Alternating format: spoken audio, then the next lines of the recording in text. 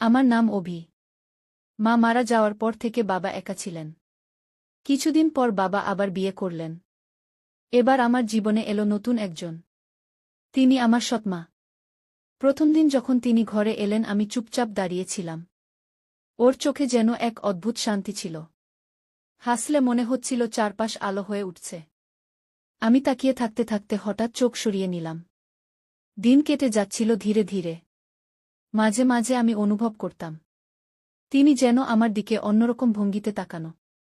কিছুই বলতেন না, শুধু চোখের ভাষায় যেন অনেক কিছু প্রকাশ পাচ্ছিল। একদিন সন্ধ্যায় ঘরে কেউ ছিল না। হালকা বাতাসে পর্দা দুলছিল। তিনি রান্নাঘর থেকে এসে আমাকে জিজ্ঞেস করলেন, আজ তুমি খাওনি কেন? আমি মৃদু হেসে বললামও ক্ষুধা নেই। তিনি ধীরে ধীরে কাছে এসে আমার কাঁধে হাত রাখলেন। সেই ছোঁয়ায় অদ্ভুত এক কাঁপুনি ছড়িয়ে গেল আমার শরীরে। আমি তাকিয়েছিলাম তার চোখের দিকে। সেই চোখ যেন অনেক কথা বলছিল, যা মুখে বলা যায় না, শুধুই অনুভব করা যায়। রাত বাড়ছিল। ঘর নিস্তব্ধ হয়ে যাচ্ছিল। হঠাৎ বিদ্যুৎ চলে গেল। অন্ধকারে আমরা একে অপরের খুব কাছে চলে এলাম। মনে হচ্ছিল নিঃশ্বাসও যেন একে অপরের সাথে মিশে যাচ্ছে। তিনি আস্তে বললেন, ভয় পাচ্ছ না তো? আমি আস্তে উত্তর দিলাম, না। তবে মনে হচ্ছিল আলো না থাকলেও অন্ধকারে সবকিছু আরও পরিষ্কার দেখা যাচ্ছে। তারপর আমরা আর কোনো কথা বললাম না, শুধু নীরবতায় দুজনের উপস্থিতি অনুভব করছিলাম। সেই রাত থেকে আমাদের মধ্যে অদৃশ্য এক সেতু তৈরি হল, যা কাউকে বলা যায় না, কিন্তু প্রতিটি মুহূর্তে অনুভব করা যায়। বন্ধুরা, পুরো গল্পটি শোনার আগে আমার ছোট্ট একটি অনুরোধ, এখনই এই ভিডিওতে একটি লাইক দিয়ে চ্যানেলটি সাবস্ক্রাইব করে দাও প্লিজ, আর গল্পটি অবশ্যই শেষ পর্যন্ত শুনবে। রাতের অন্ধকারে ঘর নিস্তব্ধ ছিল। আমি এবং সৎমা একে অপরের খুব কাছে দাঁড়িয়েছিলাম। শুধু আমাদের নিঃশ্বাসের শব্দ শোনা যাচ্ছিল। কেউ কিছু বলছিল না। তবুও মনে হচ্ছিল এক অদ্ভুত শান্তি আমাদের ঘিরে রেখেছে। আমি ধীরে ধীরে আমার হাত সরিয়ে নিলাম। তবুও চোখ সরাতে পারছিলাম না।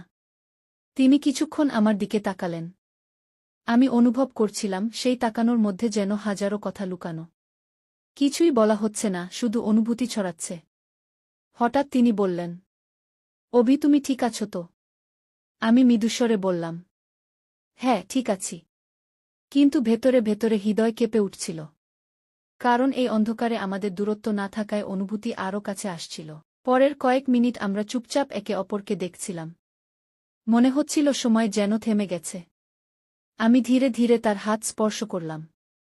সে অদ্ভুত এক স্পর্শ, যা আগে কখনো অনুভব করিনি। তিনি হালকা হেসে বললেন, অভি, তুমি খুব ভদ্র ছেলে। আমি লজ্জায় তাকিয়ে রইলাম। কিন্তু মনে হচ্ছিল এই লাজের মধ্যে একটা অদ্ভুত রোমাঞ্চ আছে। তারপর তিনি আমার কাঁধে হাত রাখলেন। সেই স্পর্শে যেন শরীরের সব ঠান্ডা কেঁপে উঠল। আমি নিজেই ভয় পাচ্ছিলাম না, বরং মনে হচ্ছিল এই নীরবতা, এই কাছাকাছি থাকা যেন আমাদের মধ্যে এক অদৃশ্য বন্ধন তৈরি করছে। রাতের হাওয়া হালকা দুলছিল। পর্দার নরম ছায়ায় আমাদের মুখের অভিব্যক্তি আরও পরিষ্কার দেখা যাচ্ছিল। আমি অনুভব করছিলাম তিনি আমার দিকে তাকালে সকল কথা চোখের ভাষায় প্রকাশ পাচ্ছিল, যা বলা সম্ভব নয়, শুধু অনুভব করা যায়। ধীরে ধীরে তিনি বললেন, অভি, তুমি কি জানো এই ঘরটি কখনো এত শান্ত ছিল না? আমি নীরবে কানে উত্তর দিলাম, হ্যাঁ, মায়ের মতো মনঃশান্তি আছে এখানে। তিনি হেসে হাত আলতো করে আমার কাঁধে রাখলেন। এই স্পর্শে মনে হচ্ছিল আমাদের সম্পর্কের মাঝে এক অদৃশ্য সেতু তৈরি হচ্ছে। রাত আরও গভীর হয়ে যাচ্ছিল। আমি লক্ষ্য করলাম আমাদের নিঃশ্বাসের ছন্দ যেন এক হয়ে যাচ্ছে। আমি ধীরে ধীরে তাকে বললাম, আমি সত্যিই আনন্দিত আপনি এখানে আছেন। তিনি হেসে বললেন, আমিও অভি, তোমার পাশে থাকা আমার জন্য শান্তি দেয়া। এই কথাগুলো বলার পর আমরা আর কিছুই বললাম না। শুধু নীরবতা, কিন্তু এই নীরবতা ছিল অসীম রোমাঞ্চ। আমি অনুভব করছিলাম এই অনুভূতির মধ্যে কিছুটা লাজ, কিছুটা আকর্ষণ। এবং সেই আকর্ষণ যেন প্রতিটি মুহূর্তে বাড়তে থাকছে। হঠাৎ বিদ্যুৎ ফিরে এলো। ঘরের আলো আমাদের মুখের ছায়া ভেদাভেদ হয়ে গেল। কিন্তু অনুভূতি কমল না, বরং আরও গভীর হল। আমি অনুভব করলাম এই ছোট ছোট মুহূর্তগুলোই আমাদের সম্পর্ককে আরও কাছে নিয়ে আসছে। রাতের শেষে আমি আমার বেডে বসেছিলাম। তিনি কিছুক্ষণ পাশে দাঁড়িয়েছিলেন। আমি তাকালাম, তিনি তাকালেন। এই এক মুহূর্তের নীরব দেখায় আমাদের মধ্যে অদৃশ্য বন্ধন আরও শক্ত হল। মনে হচ্ছিল এই রাত শুধু একটি রাত নয়, আমাদের জীবনের এক নতুন অধ্যায়ের শুরু। আমি জানতাম আগামী দিনগুলো আরও রোমাঞ্চকর হবে। কারণ এই সম্পর্কের মধ্যে যা শুরু হয়েছে তা শুধুই অনুভবের মাধ্যমেই বোঝা যায়। আমরা কিছু বলিনি, কিন্তু চোখের ভাষা, স্পর্শ এবং নীরবতা সবকিছুই আমাদের কাছে বলছিল। এই অনুভূতি যেন প্রতিটি মুহূর্তে আরও গভীর হয়ে চলেছে। পরের দিন সকালবেলা ঘরে আলোর নরম রোদ ঢুকছিল। আমি বেডে বসেছিলাম, কফির কাপ হাতে নিয়ে, মনে হচ্ছিল গত রাতের সেই নীরবতা এখনও আমার হৃদয়ে বাজছে। সৎমা রান্নাঘরে কাজ করছিলেন। আমি দূর থেকে তাকাচ্ছিলাম, ওর চোখে সেই শান্তি এখনও বিদ্যমান। হঠাৎ তিনি আমাকে ডাকলেন, অভি, তুমি কি কফি খাবে? আমি হাঁ করে বললাম, হ্যাঁ মায়া, ধন্যবাদ। তিনি হেসে কফি নিয়ে আমার কাছে এলেন। আমি কাপটা হাতে নিলাম। ওর হাত স্পর্শ হল, সেই স্পর্শে ধীরে ধীরে একটি অদ্ভুত তাপ ছড়াল। আমি তাকিয়েছিলাম তার চোখের দিকে। ওর চোখে যেন কিছুটা কৌতূহল, কিছুটা মমতা মিশেছিল। আমি ভাবছিলাম কত অদ্ভুত এই অনুভূতি। গত রাতের সেই নীরব স্পর্শ যেন আজ সকালের আলো আরও প্রাণবন্ত হয়ে উঠেছে। কফি খেতে খেতে আমরা চুপচাপ বসেছিলাম। আমি কিছুই বললাম না, শুধু ওর দিকে তাকিয়েছিলাম। তিনি হেসে বললেন, অভি, তোমাকে আজ একটু ক্লান্ত দেখাচ্ছে। আমি হালকা করে বললাম, হ্যাঁ, গত রাতের কথা মনে পড়ছিল। তিনি নীরবে আমার দিকে তাকালেন। মনে হচ্ছিল ওর চোখে সেই একই গভীর অনুভূতি এখনও রয়েছে। দুপুরের দিকে আমরা বাইরে বাগানে এলাম। সূর্যের নরম আলো পড়ছিল। আমি দেখছিলাম তিনি ফুলের পাশে দাঁড়িয়ে আছেন। হাতের ভঙ্গি, হালকা হাসি, সবকিছু যেন আমাকে আরও কাছে টেনে আনছে। আমি ধীরে ধীরে তার পাশে চলে এলাম। ওর চোখের দিকে তাকালাম। মনে হচ্ছিল এই মুহূর্তে কোনো শব্দের প্রয়োজন নেই।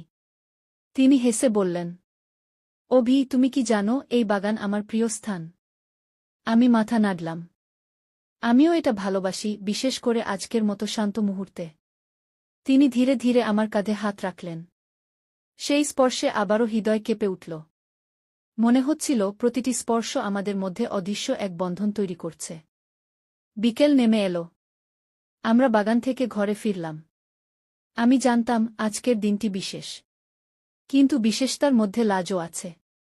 আমি হঠাৎ বললাম, মায়া, আমি এই মুহূর্তটি মনে রাখব। তিনি হেসে হালকা করে মাথা নাড়লেন। আমিও অভি, আমাদের ছোট ছোট মুহূর্তগুলোই সবথেকে বড় স্মৃতি হয়ে থাকে। রাতের দিকে ঘরে ফিরে আমি বেডে বসেছিলাম। সৎমা রান্নাঘর থেকে এসে পাশে বসলেন। আমি তাকালাম, তিনি তাকালেন। আমাদের চোখের মধ্যে সেই অদ্ভুত গভীরতা, যা বলা যায় না, শুধু অনুভব করা যায়। আমরা কিছু বললাম না, শুধু হাতের ছোঁয়ায় অনুভূতি বিনিময় হল। রাত বাড়তে শুরু করল। আমি জানতাম আমাদের সম্পর্কের এই ছোট ছোট মুহূর্তগুলোই আমাদের মধ্যে গভীর আকর্ষণ তৈরি করছে। আমি ধীরে ধীরে বললাম, মায়া, ধন্যবাদ আপনার জন্য। তিনি হেসে বললেন, অভি, তুমি জানো এই মুহূর্তগুলোই আমাদের জীবনের বিশেষ অংশ। শুতে যাওয়ার আগে আমি জানলাম, গত রাতের নীরবতা, সকাল বিকেলের স্পর্শ এবং রাতের এই অনুভূতি সবই একত্রিত হয়ে আমার মনে অদ্ভুত এক আনন্দের ঢেউ তুলেছে। মনে হচ্ছিল আমাদের সম্পর্ক শুধু দেখার নয়, অনুভবের মাধ্যমে আরও গভীর হচ্ছে। আমি জানতাম আগামী দিনগুলো আরও আকর্ষণীয় হবে। কারণ এই সম্পর্কের মধ্যে যা শুরু হয়েছে তার গভীরতা প্রতিটি মুহূর্তে বাড়ছে। শুধু চোখের ভাষা, হালকা স্পর্শ এবং নীরবতা দিয়েই আমাদের মধ্যে এক অদৃশ্য বন্ধন তৈরি হয়েছে। রাতের নীরবতা ঘরকে ঘিরে ফেলেছে। আমি এবং সৎমা একে অপরের খুব কাছে বসেছিলাম। শুধু আমাদের নিঃশ্বাসের শব্দ শোনা যাচ্ছিল। কেউ কিছু বলছিল না। তবুও মনে হচ্ছিল আমাদের মধ্যে একটি অদৃশ্য সেতু তৈরি হয়েছে। আমি ধীরে ধীরে হাত স্পর্শ করলাম। তিনি হালকা হেসে আমার দিকে তাকালেন। আমার মনে হচ্ছে চোখের ভাষায় অনেক কিছু বলা হচ্ছে। আমি তাকিয়ে থাকলাম, কিছু বললাম না, শুধু অনুভব করলাম। হঠাৎ তিনি বললেন, অভি, তুমি কি সত্যিই ঠিক আছো তো? আমি মৃদুস্বরে বললাম, হ্যাঁ, ঠিক আছি। কিন্তু হৃদয় কেঁপে উঠছিল। এই কাছাকাছি থাকা আমাদের জন্য নতুন এক অনুভূতি তৈরি করছিল। তিনি আস্তে আস্তে কাঁধে হাত রাখলেন। সেই স্পর্শে অদ্ভুত এক তাপ ছড়াল। আমি ভয় পাচ্ছিলাম না, বরং মনে হচ্ছিল এই নীরবতা আমাদের সম্পর্ককে আরও শক্তিশালী করছে। রাতের হাওয়া হালকা দুলছিল। আমাদের চোখের ছায়া মিশে যাচ্ছিল। আমি অনুভব করছিলাম প্রতিটি তাকানো, প্রতিটি স্পর্শ আমাদের মধ্যে একটি গভীর আবেগের সৃষ্টি করছে। তিনি বললেন, অভি, তুমি কি জানো এই ঘরটি কখনো এত শান্ত